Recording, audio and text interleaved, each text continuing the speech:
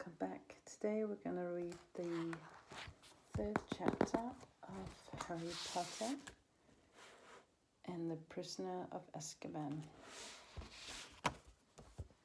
So let's find chapter 3. It's called Child Single, chapter 3, The Night Bus. Siggles 11. Harry was several streets away before he collapsed onto a low wall in Magnolia Crescent, panting from the effort of dragging his trunk.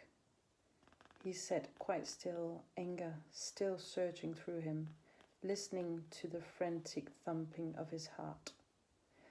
But after 10 minutes alone in the dark street, a new emotion overtook him, panic.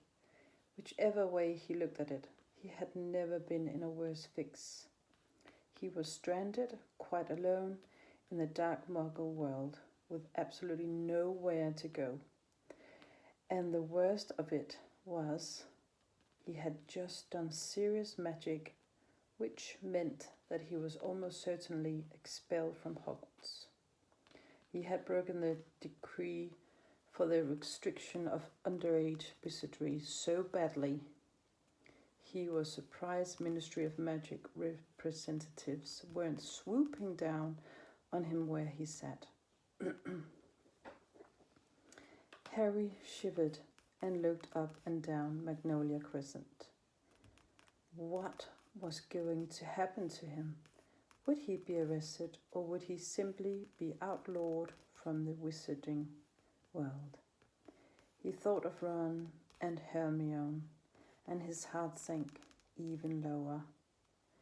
Harry was sure that, criminal or not, Ron and Hermione would want to help him now, but they were both abroad, and with Hagrid gone, he had no means of contacting them. He didn't have any Muggle money either.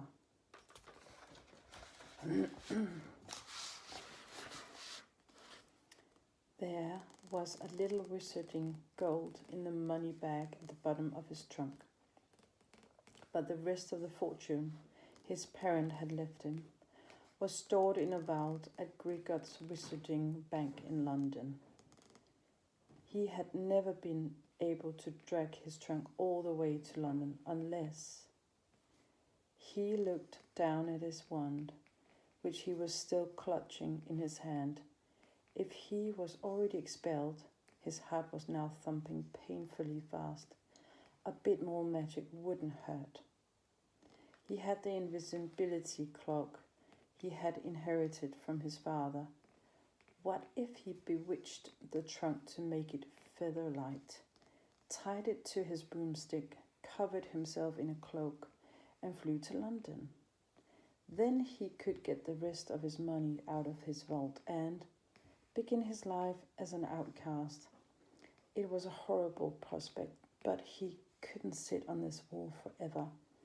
Or he had found himself trying to explain to Muggle police why he was out in the dead of night with a trunk full of spellbooks and a broomstick. Harry opened his trunk again and pushed the contents aside, looking for the invincibility cloak. But before he had found it, he straightened up suddenly, looking around him once more. A funny prickling on the back of his neck had made Harry feel he was being watched. But the street appeared to be deserted, and no light shone from any of the large square houses. He bent over his trunk again, but almost immediately stood up once more. His hand clenched on his wand. He had sensed, rather than heard it. Someone or something was standing in the narrow gap between the garage and the fence behind him. Harry squinted at the black alleyway. If only it could move, then he had known whether it was just a stray cat or something else. Loomis, Harry muttered, and a light appeared at the end of his wand, almost dazzling him. He held it high over his head, and the pebble dashed walls of number 2 suddenly sparked. The garage door gleamed, and between them, Harry saw quite distinctly the hulking outline of something very big with wide gleaming eyes. Harry stepped backwards. His legs hit his trunk and he tripped. His wand flew out of his hand as he flung out an arm to break his fall, and he landed hard in the gutter. There was a deafening bang, and Harry threw up his hands to shield his eyes against a sudden blinding light. With a yell, he rolled back onto the pavement just in time. A second later, a gigantic pair of wheels and headlights had screeched to a halt exactly where Harry had just been lying. They belonged, as Harry saw when he raised his head, to a triple-decker, violently purple bus, which had appeared out of thin air. Gold lettering over the windscreen spelled "The Night Bus." For a split second, Harry wondered if he had been knocked silly by his fall. Then a conductor in a purple uniform leapt out of the bus and began to speak loudly to the night. "Welcome to the night bus, emergency transport for the stranded witch or wizard. Just stick out your wand hand, step on board, and we can take you anywhere you want to go. My name is Stan Stunpike, and I will be your conductor this eve." The conductor stopped abruptly. He had just caught sight of Harry, who was still sitting on the ground. Harry snatched up his wand again and scrambled to his feet. Close to, he saw that Stan Stunpike was only a few years older than he was, 18 or 19 at most, with large protruding ears and a fair few pimples. "What were you doing down there?" said Stan, dropping his professional manner. "Fell over," said Harry. "You fell over for," snickered Stan. "I didn't do it on purpose," said Harry, annoyed. One of the knees in his jeans was torn, and the hand he had thrown out to break his fall was bleeding. He suddenly remembered why he had fallen over and turned around quite quickly to stare at the alleyway between the garage and the fence. The night bus's headlamps were flooding it with light, and it was empty. "What you looking at?" said Stan. "There was a big black thing," said Harry, pointing underneath, certainly to the gap. "Like a dog, but massive." He looked round at Stan, whose mouth was slightly open with a feeling of unease. Harry saw Stan's eyes move to the scar on Harry's forehead. "Who's that on your head?" said Stan abruptly. "Nothing," said Harry quickly, flattening his hair over his scar. If the Ministry of Magic was looking for him, he didn't want it to make it too easy for them. "What's your name?" Stan persisted. "Neville Longbottom," said Harry, saying the first name that came into his head. So this bus," he went on quickly, hoping to distract Stan. "Did you say it goes anywhere?" "Yep," said Stan proudly. "Anywhere you like, long it's on land. Can't do nothing underwater. Heir," he said, looking suspicious again. "You did flag us down, didn't ya? Stuck out your wand and didn't ya?" "Yes," said Harry quickly.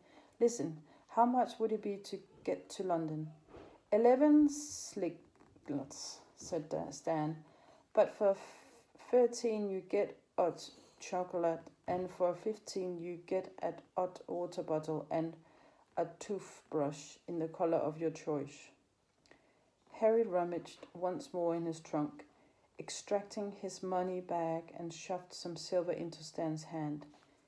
He and Stan then lifted his trunk with Hedwig's cage balanced on top, up the steps of the bus. There were no seats. Instead, half a dozen brass bedsteads stood beside the curtained windows. Candles were burning in brackets beside each bed, illuminating the wood panel walls. A tiny wizard in a nightcap at the rear of the bus muttered, "Not now, thanks, I'm pickling some slugs," and rolled over in his sleep. "You have this one," Stan whispered, shoving Harry's trunk under the bed right behind the driver, who was sitting in an armchair in front of the steering wheel. "This is our driver, Ernie Prang. This is Neville Longbottom Ern." Ernie Prang, an elderly wizard wearing very thick glasses, nodded to Harry, who nervously flattened his fringe again and sat down on his bed. "Take her away, Ern," said Stan, sitting down in the armchair next to Ernie's. There was another tremendous bang, and next moment Harry found himself flat on his bed, thrown backwards by the speed of the night bus. Pulling himself up, Harry stared out of the dark window and saw that they were now bowling along a completely different street. Stan was watching Harry's stunned face with great enjoyment. "This is where we was before you flagged us down," he said. "Where are we, Ern?" "Somewhere in Wales?" "Ah," said Ernie. "How come the muggles don't hear the bus?" said Harry. "Them," said Stan contemptuously. "Don't listen properly, do they? Don't look properly either. Never notice nothing they done."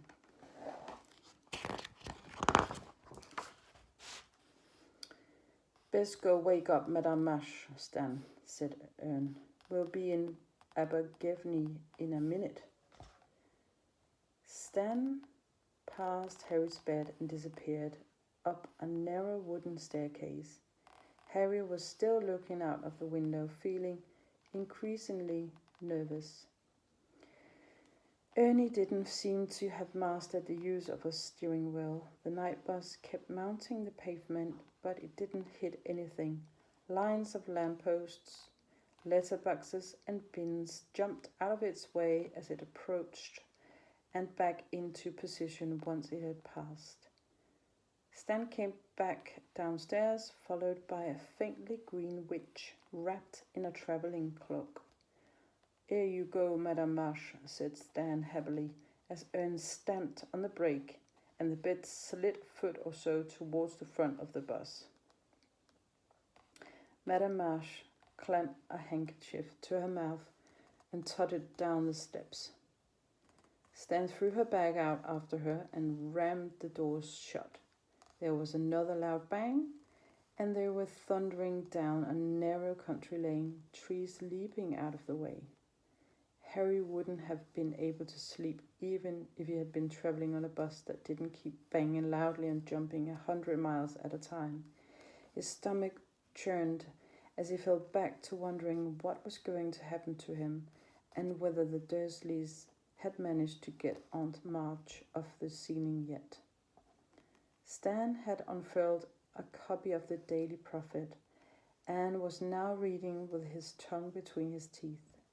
A large photograph of a sunken-faced man with long matted hair blinked slowly at Harry from the front page. He looked strangely familiar. Before I go on to the next page, you can see the night bus with Ernie the driver. It looks quite cozy actually in there. Okay. "That man," Harry said, forgetting his troubles for a moment. "He was on the Muggle news." Stanley turned to the front page and chuckled. "Sirius Black," he said, nodding. "'Course he was on the Muggle news, Neville. Where you been?" He gave a superior sort of chuckle at the blank look on Harry's face, removed the front page and handed it to Harry. "You ought to read the papers more, Neville." Harry held the paper up to the candlelight and read. "Black still at large. Sirius Black, possibly the most infamous prisoner ever to be held in Azkaban fortress, is still eluding capture The Ministry of Magic confirmed today. We are doing all we can to recapture Black, said the Ministry for Magic Cornelius Fudge this morning, and we beg the magical community to remain calm. Fudge has been criticized by some members of the International Federation of Warlocks for informing the Muggle Prime Ministry of the crisis. Well, really, I had to, don't you know, said an irritable Fudge. Black is mad. He's a danger to anyone who crosses him, magic or Muggle. I have had the Prime Minister's assurance that he will not breathe a word of Black's true identity to anyone. And let's face it, who'd believe him if he did? While Muggles have been told that Black is carrying a gun, a kind of metal wand which Muggles use to kill each other, the magical community lives in a fear of a massacre like that of 12 years ago, when Black murdered 13 people with a single curse. Harry looked into the shadowed eyes of Sirius Black, the only part of the sunken face that seemed alive. Harry had never met a vampire, but he had seen pictures of them in his defense against the dark arts classes. And Black, with his wavy waxy white skin, looked just like one. Scary looking thing, said Stan, who had been watching Harry read. You murdered 13 people, said Harry, handing the page back to Stan. With one curse. Yep, said Stan, in front of witnesses and all. Broad daylight, big trouble it caused, didn't it, Ern? Aye, said Ern darkly. Stan swiveled in his armchair, his hands on the back, the better to look at Harry. Black was a big supporter of you-know-how, he said. What, Voldemort? Said Harry without thinking. Even Stan's pimples went white. Ern jerked the steering wheel so hard that a whole farmhouse had jumped aside to avoid the bus. You out of your tree, yelled Stan. To say his name for? Sorry, said Harry hastily. Sorry, I forgot. Forgot, said Stan weakly. Blimey, my ears going that fast. My art's going that fast. So Black was a supporter of you-know-who, Harry prompted apologetically. Yeah, said Stan, still rubbing his chest. Yeah, that's right. Very close to you-know-oh, they say. Anyway, when little Harry Potter paid to you-know-oh, Harry nervously flattened his fringe down again. All you-know-oh supporters was tracked down, wasn't they, Aaron? Most of 'em knew it was all over, the you-know-oh gone, and they came quiet. But not Sirius Black. I heard he thought he'd be second in command once you-know-oh had taken over. Anyway, they cornered Black in the middle of a street full of muggles, and Black took out his wand and he blasted half the street away. And a wizard got it, and so did a dozen muggles. What got in that way? Horrible, eh? And you know what Black did then? Stan continued in a dramatic whisper. What? Said Harry. Laughed, said Stan. Just stood there and laughed. And when reinforcements from the Ministry of Magic got there, he went with him, quiet as anything. Still laughing his head off. 'Cause he's mad any mad. If he weren't when he went to Azkaban, he will be now, said Ern in a slow voice. I blow myself up before I set foot in that place. Serves him right mind after what he did.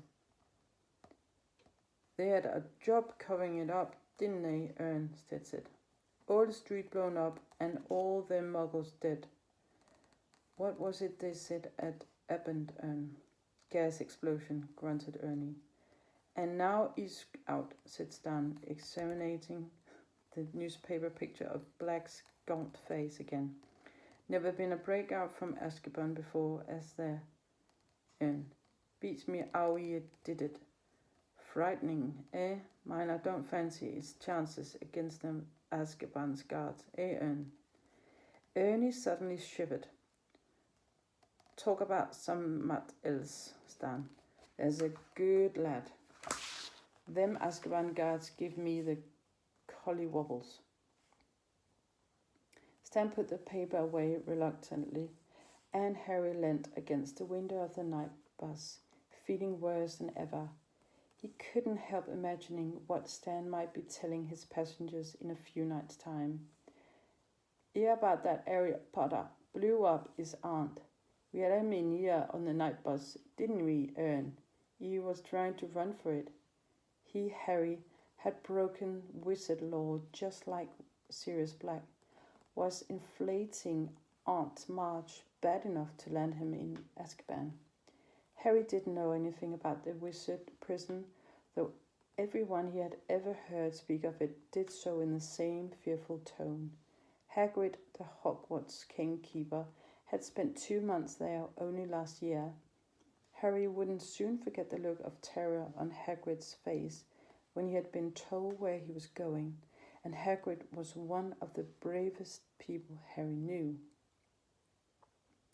The night bus rolled through the darkness, scattering bushes and bullocks, telephone boxes and trees, and Harry lay restless and miserable on his feather bed.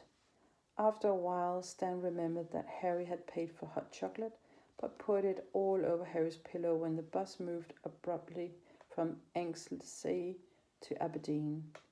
One by one, wizards and witches in dressing gowns and slippers descended from the upper floors to leave the bus.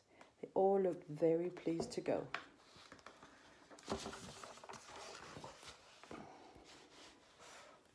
Finally, Harry was the only passenger left. Right then, Neville, said Stan, clapping his hands. Whereabouts in London? Diagon Alley, said Harry. Right too, said Stan. Hold tight then. Bang! They were thundering along Charing Cross Road. Harry sat up and watched buildings and benches squeezing themselves out of the King's Knights bus's way. The sky was getting a little lighter. He would lie low for a couple of hours, go to Gringotts the moment it opened, then set off where he didn't know. Ern slammed on the brakes, and the night bus skidded to a halt in front of the small and shabby-looking pub, the Leaky Cauldron, behind which lay the magical entrance to Diagon Alley. Thanks, Harry said to Ern. He jumped down the steps and helped Stan lower his trunk and Hagrid's cage onto the pavement. Well, said Harry, bye then. But Stan wasn't paying attention. Still standing in the doorway to the bus, he was goggling at the shadowy entrance to the Leaky Cauldron. There you are, Harry, said a voice. Before Harry could turn, he felt a hand on his shoulder. At the same time, Stan shouted, Blimey! Ern, come here, come here! Harry looked up at the owner of the hand on his shoulder and felt a bucket full of ice cascade into his stomach. He had walked right into Cornelius Fudge, the Ministry for Magic himself. Stan leapt onto the pavement beside them. What didn't you call Neville, Minister? He said excitedly. Fudge, a portly little man in a long pinstripe cloak, looked cold and exhausted. Neville, he repeated, frowning. This is Harry Potter. I knew it, Stan shouted gleefully. Ern, guess who Neville is, Ern? He's a Harry Potter. I can see his scar. Yes, says Fudge testily. Well, I'm very glad the night bus picked Harry up, but he and I need to step inside the Leaky Cauldron now. Fudge increased the pressure on Harry's shoulder, and Harry found himself being steered inside the pub. A stooping figure bearing a lantern appeared through the door behind the bar. It was Tom, the wizened, toothless landlord. "You've got him, Minister," said Tom. "Will you be wanting anything? Beer, brandy?" "Perhaps a pot of tea," said Fudge, who still hadn't let go of Harry. There was a loud scraping and puffing from behind them, and Stan and Ern appeared, carrying Harry's trunk and Hagrid's cage and looking around excitedly. "Oh, come, you didn't tell us who you are, eh, Neville?" said Stan, beaming at Harry, while Ernie's owlish face peered interestedly over Stan's shoulder. "And a private parlour, please," Tom said Fudge pointedly. "Bye," Harry said miserably to Stan and Ern, as Tom beckoned Fudge towards the passage that led from the bar. "Bye, Neville," called Stan. Fudge marched Harry along the narrow passage after Tom's lantern and then into a small parlour. Tom clicked his fingers, a fire burst into life in the grate, and he bowed himself out of the room. "Sit down, Harry," said Fudge, indicating a chair by the fire. Harry sat down, feeling goosebumps rising up his arms despite the glow of the fire. Fudge took off his pinstripe cloak and tossed it aside, then hitched up the trousers of his green suit and sat down opposite Harry. "I am Cornelius Fudge, Harry, the Minister for Magic." Harry already knew this, of course. He had seen Fudge once more before, but as he had been wearing his father's invincibility cloak at the time, Fudge wasn't to know that.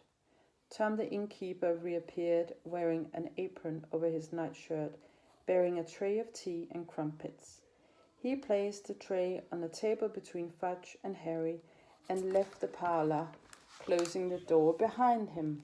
"Well, Harry," said Fudge, pouring out tea, "you have had us all in a right flap, I don't mind telling you. Running away from your aunt and uncle's house like that. I had started to think, but you're safe, and that's what matters." Fudge buttered himself a crumpet and pushed the plate towards Harry. "Eat, Harry, look dead on your face. Now then, you'll be pleased to hear that we have dealt with the unfortunate blowing up of Miss Marjorie Dursley. 2 members of the Accidental Magic Reversal Squad were dispatched to the Pivot Drive a few hours ago. Miss Dursley had been punctured, and her memory has been modified. She has no recollection of the incident at all, so that's that, and no harm done." Fudge smiled at Harry over the rim of his teacup, rather like an uncle surveying a favourite nephew. Harry, who wouldn't believe his ears, opened his mouth to speak, couldn't think of anything to say, and closed it again. "Ah, you're worrying about the reaction of your aunt and uncle," said Fudge. "Well, I won't deny that they're extremely angry, Harry, but they are prepared to take you back next summer as long as you stay at Hogwarts for the Christmas and Easter holidays."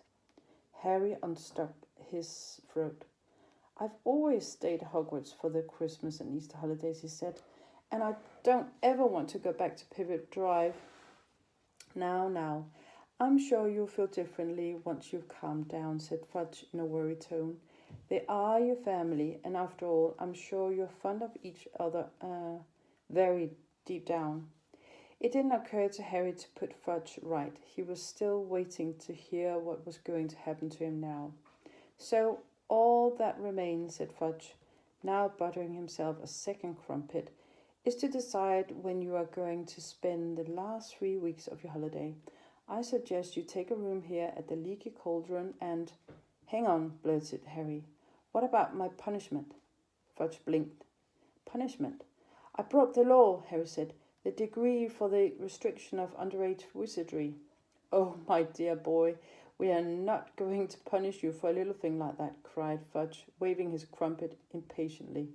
"It was an accident. We don't send people to Azkaban just for blowing up their aunts." "But this didn't tally at all with Harry's past dealings with the Ministry of Magic. Last year I got an official warning just because of a house elf smashed a pudding in my uncle's house, said Harry, frowning. The Ministry of Magic said I'll be expelled from Hogwarts if there was any more magic there. Unless Harry's eyes were deceiving him, Fudge was suddenly looking awkward. Circumstances change, Harry. We have to take into account. In the present climate, surely you don't want to be expelled.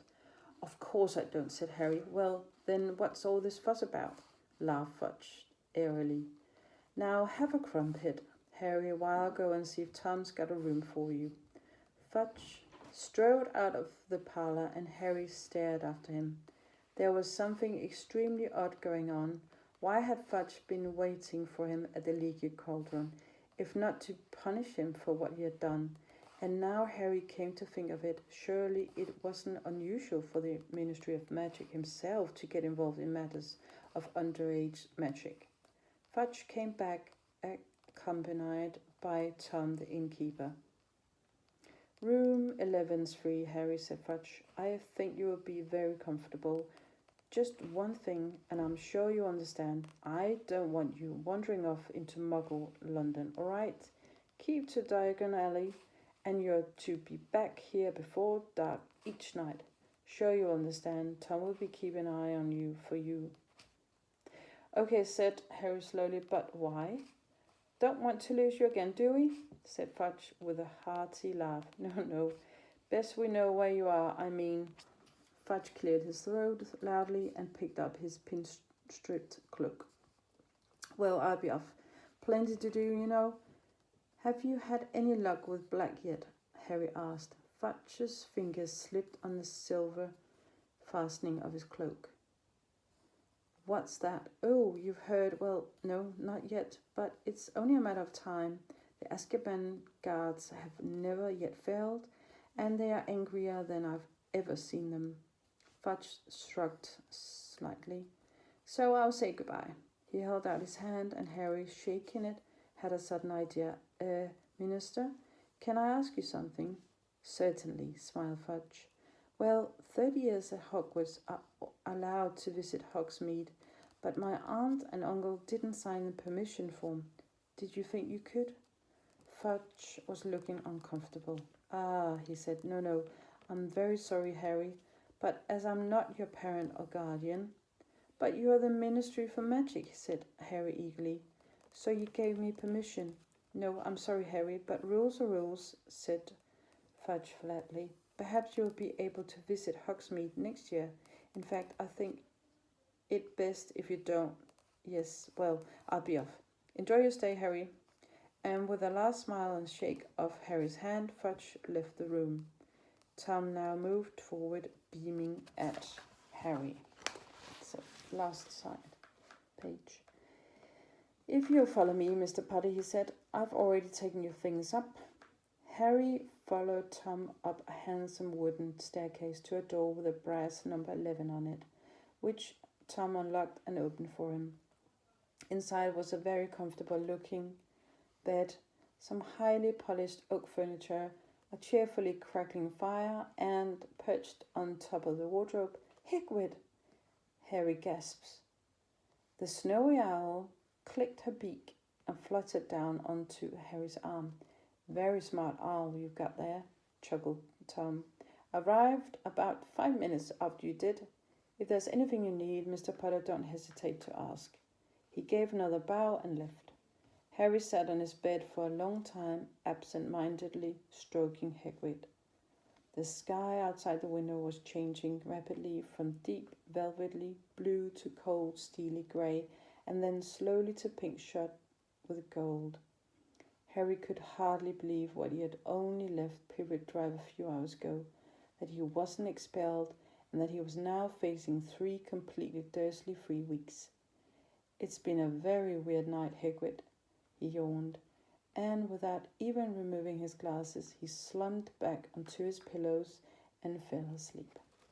Okay, that was chapter 3. Hope you liked it. please subscribe to my channel and please comment if you'd like me to read chapter 4. Thank you for watching my video.